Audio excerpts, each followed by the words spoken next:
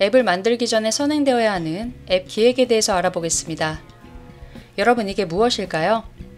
많이 익숙하실 것 같은데요. 바로 오페라 하우스의 설계도입니다.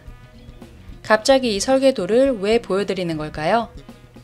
그 이유는 이렇게 아름다운 건물도 잘 기획된 설계도가 있어야지 만들어지는 것처럼 앱도 잘 기획된 기획안이 있어야 하기 때문입니다. 그래야 완성도 있는 앱을 만들 수가 있습니다. 앱은 우리가 만들어서 알다시피 여러 개의 화면으로 구성되어 있는데요. 그런데 우리가 앱을 볼 때는 스마트폰의 한정적인 화면, 다시 말하면 하나의 화면으로 앱을 보게 되는데요. 이러한 앱을 설계 없이 무작정 만든다면 이 앱은 어떻게 될까요? 사용자가 사용했을 때 화면 간의 이동이 불편할 수도 있고요. 구성이 견고하지 못한 그러한 앱을 만들 수밖에 없게 되는 겁니다. 그러면 사용자 입장에서는 앱을 사용하는 게 불편하니까 당연히 이 앱을 외면하게 되겠죠. 그렇기 때문에 완성도 있는 앱을 만들기 위해서는 반드시 기획의 단계가 필요한 겁니다. 기획이란 무엇일까요? 기획이란 어떤 문제를 발견하고 그 문제를 정의하고 풀어가는 과정입니다. 앱을 기획하기 위해서는 세 가지 단계가 있는데요. 첫 번째 단계는 앱의 목적과 앱의 사용 대상, 그리고 핵심 기능 설정하기고요. 두 번째 단계는 인포메이션 아키텍처입니다. 마지막으로 세 번째 단계는 와이어 프레임인데요. 순서대로 살펴볼게요. 먼저 첫 번째 단계를 살펴보겠습니다. 우리가 미세먼지 앱을 만들어 봤으니까 미세먼지 앱으로 보도록 하겠습니다. 질문이 있는데요. 첫 번째 질문은 미세먼지 앱의 목적을 물어보는 겁니다.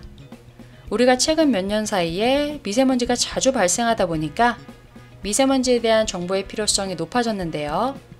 그래서 종류별 지역별로 미세먼지에 대한 정보를 제공해주자 라는 것이 바로 이 앱의 목적이라고 할 수 있습니다. 두 번째 질문은 앱의 사용 대상을 물어보는 건데요. 이 앱의 사용 대상은 미세먼지 정보를 알고자 하는 사람입니다. 그리고 마지막으로 미세먼지 앱의 핵심 기능은 탭 페이지를 설정해서 서울과 경기도 이 두 개의 화면을 하나의 화면으로 볼 수 있게 설정하고요. 한 개의 데이터 블록으로 필터를 적용해서 종류별 미세먼지와 지역별 미세먼지로 데이터를 분류하는 것입니다. 방금 살펴보았던 것처럼 여러분들이 앱을 기획할 때 제일 먼저 앱의 목적과 앱의 사용 대상, 그리고 핵심 기능을 설정해 주시면 됩니다. 이제 두 번째 단계인 인포메이션 아키텍처에 대해서 알아보겠습니다. 인포메이션 아키텍처는 쉽게 말해서 앱의 설계도인데요. 우리가 자기소개 앱을 만들어 봤으니까 이번에는 자기소개 앱으로 인포메이션 아키텍처를 살펴보도록 하겠습니다. 이게 바로 자기소개 앱의 인포메이션 아키텍처인데요.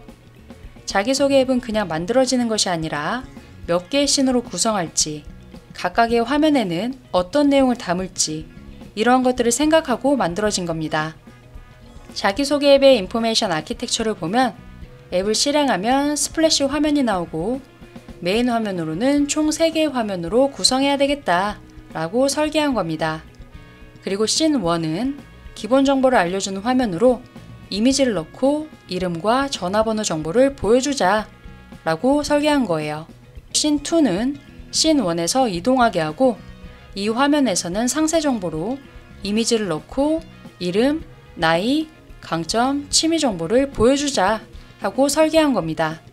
씬 3는 나의 강점을 알려주는 화면으로 처음에는 기본 정보로 제목과 이미지만 보여주고 클릭하고 들어갔을 때 상세 정보, 다시 말하면 제목과 이미지, 상황과 상세 설명을 보여주자 하고 설계한 겁니다. 나의 강점을 보면 기본 정보와 상세 정보가 구분되어 있는데 이렇게 구분하는 이유는 무엇일까요? 만약에 나의 강점을 클릭하자마자 바로 제목과 이미지, 상황과 상세 설명이 한 번에 쭉 나온다면 어떨까요? 사용자가 관심이 있는 정보라면 괜찮겠지만 아니라면 빨리 다음 정보로 넘어가고 싶겠죠? 그렇다 보면 이 과정에서 사용자는 불편함을 느끼게 됩니다. 그래서 처음에는 기본적인 정보만 제공하고 궁금한 사람은 한 번 더 클릭해서 상세 정보를 볼 수 있도록 구분해 둔 것입니다.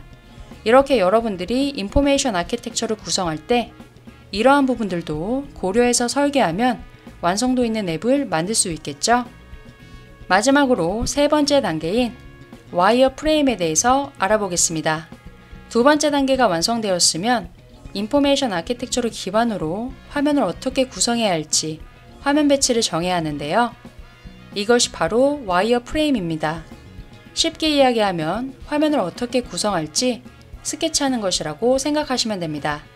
개발자에게 와이어 프레임은 기획의 의도를 전달하는 데 중요한 역할을 하는데요. 컨텐츠의 크기나 위치에 따라서 사용자가 느끼는 핵심 가치는 달라지기 때문이에요.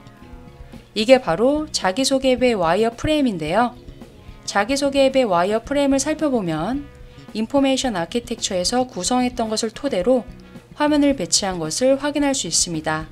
그리고 와이어 프레임과 앱의 화면을 비교해 보니 와이어 프레임대로 화면이 구성된 것을 확인할 수 있습니다. 여러분들이 핸드폰에 있는 여러 앱들을 살펴보면 아마 앱에서의 화면 배치 차이도 확인할 수 있을 거예요. 와이어 프레임을 만들 때의 작성 가이드를 알려드리겠습니다. 첫 번째, 첫 화면 상단에 가장 중요한 정보를 제공하라. 우리가 사용자 입장에서 한번 생각해 볼까요? 같은 정보라도 맨 위에 있을 때랑 맨 아래에 있을 때 당연히 중요도의 차이를 느끼겠죠? 그렇기 때문에 여러분들이 앱을 만들 때 첫 화면 상단에 가장 중요한 정보를 제공해 주시면 됩니다. 두 번째, 왼쪽 상단부터 오른쪽 하단 순으로 정보를 배치하라. 사용자는 왼쪽 상단에서부터 오른쪽 하단 순으로 시선의 방향이 이동하는데요. 그렇기 때문에 여러분들이 앱을 만들 때 중요한 정보를 왼쪽 상단에 배치하면 사용자는 그 시선의 방향에 따라 정보를 읽어내려가게 될 것입니다. 세 번째, 하나의 화면에는 하나의 메시지만을 전달하기 위한 컨텐츠를 활용하라. 예를 들어서 미세먼지 앱에서 종류별 미세먼지 정보를 제공하고 있는 화면인데 갑자기 서울 지역의 데이터가 튀어나온다면 사용자 입장에서는 어떨까요? 이 화면은 정보의 일관성도 없고 복잡하다라고 생각이 들 것입니다. 그렇기 때문에 하나의 화면에 하나의 메시지만을 전달하기 위한 컨텐츠를 활용해 주시길 바랍니다. 우리가 앱을 만들기 전에 시작해야 하는 앱 기획에 대해서 알아보았는데요. 여러분들이 나만의 앱을 만들 때 무작정 앱을 만드는 것이 아니라 오늘 배운 것을 토대로 앱 기획을 잘 해보시고요. 그 기획을 기반으로 앱을 만들어 주시면 됩니다. 오늘도 수고 많으셨습니다.